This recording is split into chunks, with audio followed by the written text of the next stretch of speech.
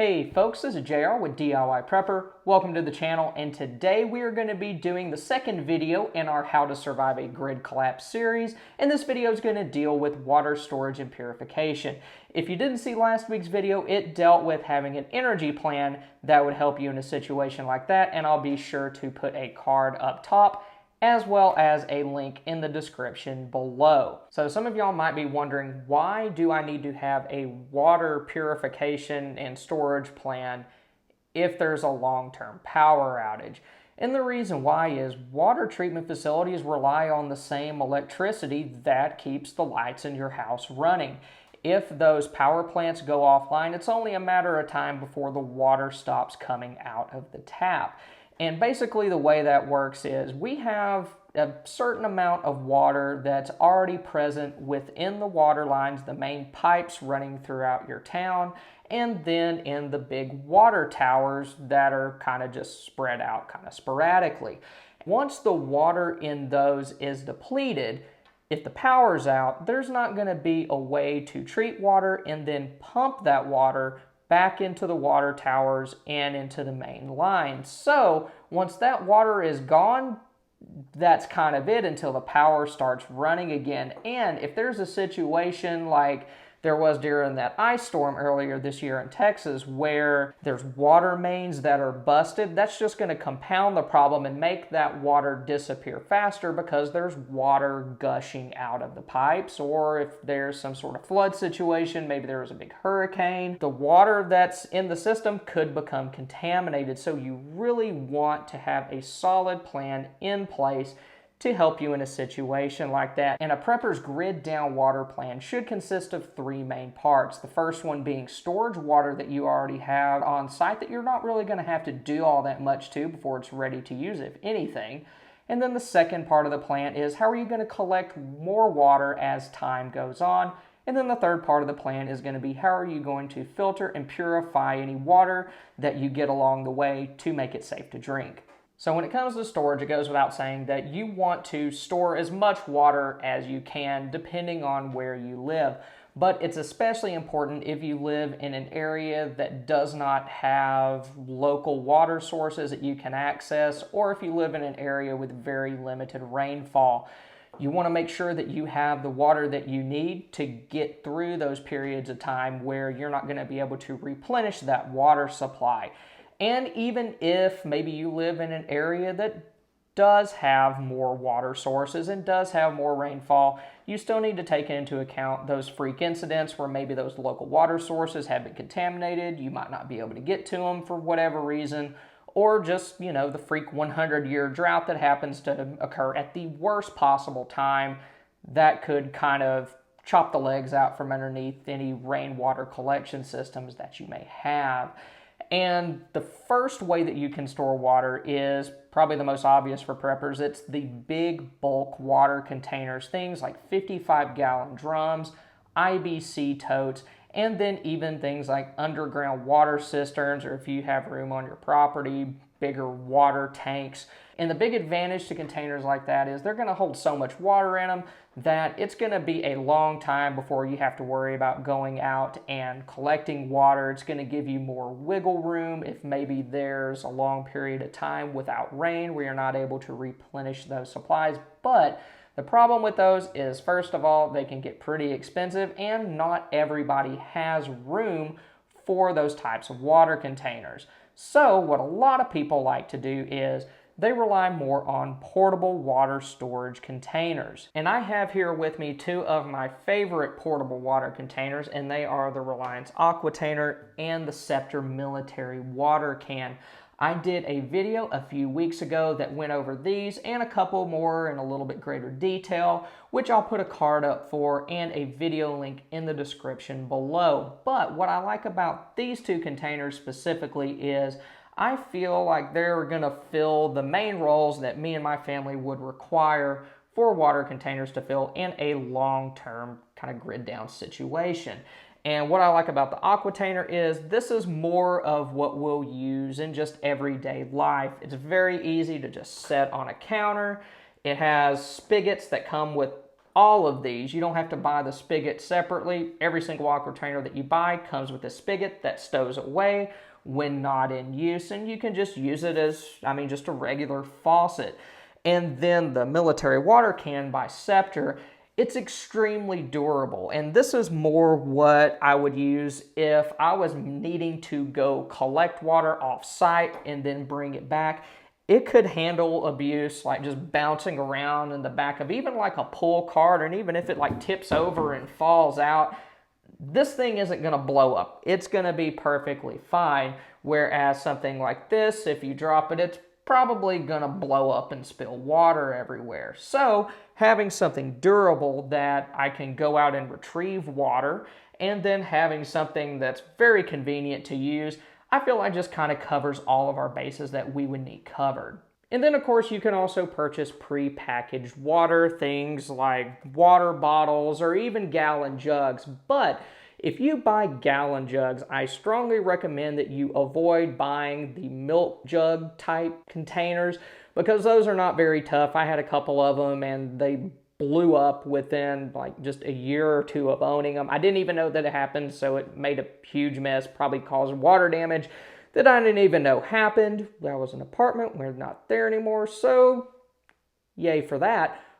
But if you're gonna buy the water, like the 1 gallon water jugs, I would recommend getting the ones that are made of like the sturdier plastic, just because those will last you a little bit longer. And the thing about packaged water is you really need to rotate through that. Things like these bottles of water, they're not designed for long-term storage. The bottles themselves are pretty flimsy. They're not designed to have like stacked weight on them for a long period of time, so eventually they will leak. So what my family and I like to do, honestly, we're not doing a very good job of that right now just because we have other water stored, but maybe have a few weeks worth, maybe a month's worth of packaged water like this that you rotate through. Maybe go to the store today, buy 4 of these like 40 bottle value packs, and then each time you go through one, pick up another at the store. So you always have 4 of them. That'll give you a couple weeks of water, probably, maybe more, depending on how much you drink. But what I really like about the bottles specifically is that you can just throw them in a pack, throw them in your car. They're very portable. It's easy to break this down. And if you're feeling charitable, maybe your neighbors are running low on water, you can toss a few bottles their way, and that way, you feel good about being a good neighbor, and you get to help people out also. And then finally, we have last-ditch water storage methods, things like aquapods, water bobs, which you can use to store a fairly large amount of water at the last minute if you know an emergency is heading your way. And while yes, you should have plenty of water already set aside and ready to go, there is value in being able to get a little bit extra water at the last minute. You just don't know how long an emergency is going to last, and having a little bit extra water stored will give you a little bit more of a head start if it lasts longer than you expect it to. And then even beyond things like this aquapod or the water bob, there's other things that you already have laying around the house. If you have some 5-gallon buckets, preferably food-safe ones, you can use those to, maybe you can fill them up in your tub, put a lid on them, and then stick them somewhere out of the way until you need them. And then also large pitchers, large bowls. If you have maybe some larger like water tubs or something outside, you can fill those up, cover them up, and that'll just give you a little bit extra water in case you need it. And at the very least, you can use it for washing or flushing toilets if that's not something that you want to drink out of. The next part of your grid down water plan should deal with how are you going to collect water as time goes on. And ideally, you would have plenty of water stored to get you through most emergencies, but we know that's not always life. Some of you guys watching, maybe y'all live in an apartment or a small house where you can't store just hundreds of gallons of water, or maybe you did have a bunch of water stored and you're just in a situation that it lasted so long that you used all of that water. And one very popular way of collecting water is through rainwater harvesting systems. The best way to go about that is to have a house, have the barrels hooked up to your gutters so that you're already collecting and then using that rainwater, rotating it, maybe using it to water your garden so that you have several hundred gallons of water ready to go at any given time. It's a system that you're already used to and you're already using. But not everybody is able to do that. Some people live in apartments, some people live in states where legally they're not allowed to collect rainwater. So you might have to come up with a system on the fly. And one way to go about doing that is to use tarps that you set up so that they collect water and then channel it down into maybe a large plastic storage bin. Or even if you can't even do that, get you some paracord, run it between a couple of trees or a couple of columns on your house or your building. Hang towels from them. Only do this if the winds aren't just insane because you don't want to lose all your towels and your laundry. And then let those soak up rainwater as it rains. Bring them in, wring them out. And then you might even be able to do that multiple times if there's a rainstorm that lasts a long period of time. I mean, you could probably at least fill your bathtub halfway full if you're diligent about running out there, getting them, wringing them out, putting them back out there, and then just repeating the process. You could probably get a ton of water that way if you needed to. That's similar to how if you're in a more wilderness survival setting, tying something around your ankles in the morning, going through, gathering up the dew, and then wringing it out into a container. It's just a larger, kind of more bulk version of that. Another way to collect water during a long-term grid down situation is to, of course, use local sources that could be nearby. If you live in an area that has stock ponds, there's cattle and stuff like that, maybe you can build a relationship with those people who have that on their land and you can use some of their water, exchange goods, exchange services so that they're getting something out of it too, or better yet, have one on your property if you got the room for it. Also, creeks, streams, those are good places also, but just be aware that when you're dealing with sources like that, the ones in backcountry settings are going to have a lot cleaner water than those in more urban settings. And don't get me wrong, any water that you get from a natural source, you're going to need to purify that. But if you're getting water from one of those in an urban setting, you're going to have more contaminants that you have to worry about. Things like maybe chemicals running off the roads, because how those creeks and streams work in the city is a lot of the times water runs off the road into a storm drain and then into those creeks that were already in existence before the city was built around them. So there's going to be chemicals and some other gross stuff, and if it's a very long-term situation, people aren't going to have a clue how to deal with their waste. They're just going to throw dirty poop and stuff like that down into the road, down in storm drains, maybe into the creeks themselves. So you don't know what's lurking in there. Might not be as big of a problem in a more rural, backcountry setting, but just be aware that in the city, you're going to need to do some work to that water to get it ready to drink. And we'll go over that in the next part of the video. If you have a well, make sure that you have a manual pump installed and ready to go that you can use when the power goes out and that pump just stops working. And then finally, this is by far the least desirable way to go about obtaining water, but you might have to scavenge, particularly if you are in an urban environment, from places like pools. Maybe there's some commercial buildings that still have water in the pipes going along the outside. Get yourself a Silcock key. I included those in my top 10 urban survival tools just because you might need to scavenge water from those outdoor spigots. A Silcock key will allow you to get into those boxes, turn the water on for those exterior water sources on those buildings. And then maybe, this is really bad, but if you have to go in and scavenge water from hot water heaters in an abandoned building, you might be able to find some in there. But that is by far, like I said, the least desirable way to get water in a long-term situation. Please, please, please, try your best to have the other methods of collection up and running before you try to do that, because you're opening yourself up to a lot of danger. And the last part of your grid down water plan should deal with how are you going to purify the water that you collect along the way. And here in front of me, I have several different ways that you can either filter or purify water, and each one of them has its own advantages and disadvantages, which I'll go over in a second. Over here on the far right, well, to you, I guess it's going to be your left, I have some Sawyer filters. I have the Sawyer Mini, and then I have the Sawyer Tap. If you're not familiar with Sawyer filters, they all work basically the same way. They have tiny hollow fiber membranes inside of them that are able to remove things like bacteria and protozoa, sediment, and microplastics down to the size of 0.1 microns, which is pretty tiny. For filters this size and in this price range, the Mini's usually around 20 bucks, the Sawyer Tap's around 35 to 40 bucks. That can filter out a ton of stuff for its price range, and they're light. You can back flush them, so they're good for like 100,000 gallons if you take care of them and don't let them freeze.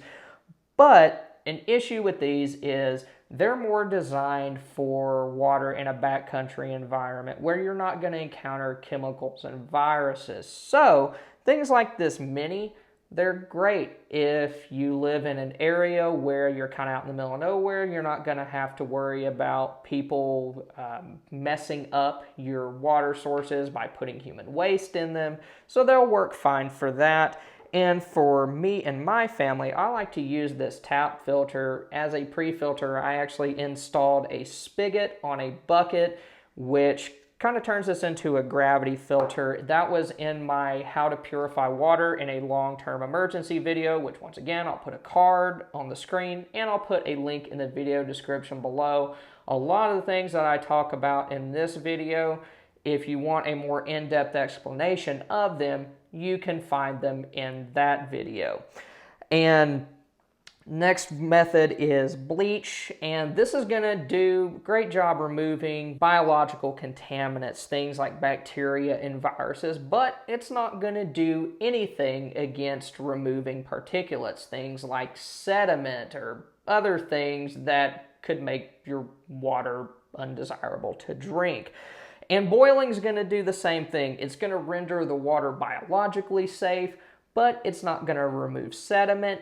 And also, bleach and boiling, they're not going to do jack against chemicals. So if you're worried that you have chemicals in your water, then you need to at least add another step into the process. Now, this Grail filter here, this is actually, this is a purifying water bottle. Inside of here, it has a filter that is capable of removing bacteria, protozoa, viruses, sediment, as well as some chemicals. So if you live in a more urban setting or even a suburban setting like what I do, and you think you might have to scavenge water on the go from some questionable sources, this is something that is good to have. And also kind of in the same realm as this are things like Berkey bottles, say Shell bottles, but the reason why I went with this one is, like I said in the Urban Survival Tools video, Grail was very upfront about the contaminants that they can remove, and they have some good lab testing to go along with that. But a problem with the Grail is since it relies on you having to press the filter portion of the bottle into the outer portion of the bottle to filter the water, that's going to require some physical strength that some people might not have. So one of those other bottles, the Berkey or the say Shell, might be a better option. Then over here we have a Berkey filter. There's other filters like this that are similar, but basically the general premise of it is there's two reservoirs, upper reservoir, lower reservoir. The upper reservoir has filtering elements in it. You pour water into it, it goes through those, drips into the bottom below, and then you get water out through the spigot. A Berkey, their company claims that they can remove pretty much anything that you don't want in your water. Bacteria, protozoa, viruses, chemicals. I know for a fact that it does an outstanding job removing chlorine, and it's done so for years. I've had this same pair of filters in here for a long time, and they're still making the chemical swamp water from my town taste really good. But a big downside to the Berkey is going to be its lack of portability. This is something that you're going to keep at home or keep at your offsite location. and then use it just while you're there. You're not going to be able to load this up in your backpack and take it with you if you need to go away for a little while to take care of something. You're going to need something like this if you're in an urban setting, or a Sawyer Mini, Sawyer Squeeze if you're kind of more out in the middle of nowhere.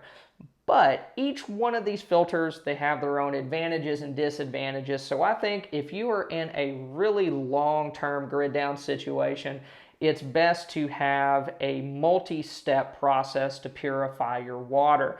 For instance, I like to use the Sawyer Tap as my stage 1 filter because it's going to remove bacteria, protozoa, sediment, microplastics.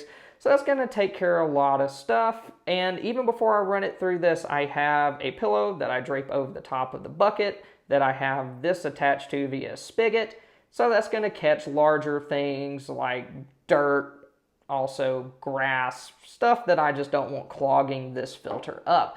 Then for stage 2, I am going to use bleach to remove any remaining biological contaminants from the water, including any viruses that may be present. But if you're going to use bleach, be sure that you use plain disinfecting bleach. There's other variants. Actually, most of the bleach that you will find at your local store is going to be stuff like scented bleach, low splash bleach, which in those chemical formulations, they are not suitable to be used for disinfecting water for drinking. So make sure that the bleach that you get for this purpose is labeled as disinfecting bleach. Then boiling, of course, you can also boil, but the reason why I'd rather use this is I don't want to waste fuel, and I don't want to have a fire or have the smell of burning fuel or burning wood that would draw attention to my location, because while my family and I could go out to an alternative location, most of the time we're probably going to stay put where we are, but our alternative location is still close enough we could still get to it if we needed to. Then as far as our third step, we're just going to run it through the Berkey. That's going to take care of any remaining stuff that we don't want in the water, and it's also going to get rid of the bleach from the previous step. Thank you guys again for stopping by. I hope you got something out of the video and this How to Survive a Grid Collapse series. It's going to be an ongoing deal. There's more parts that I want to do with it. There might be a week or two where I cover some other topics or I do product reviews, but I hope you guys will come back and keep an eye out for those videos. If you haven't done so already, go ahead and hit those like, subscribe, and notification buttons, and that would be awesome. Thank y'all again. Y'all have a good one.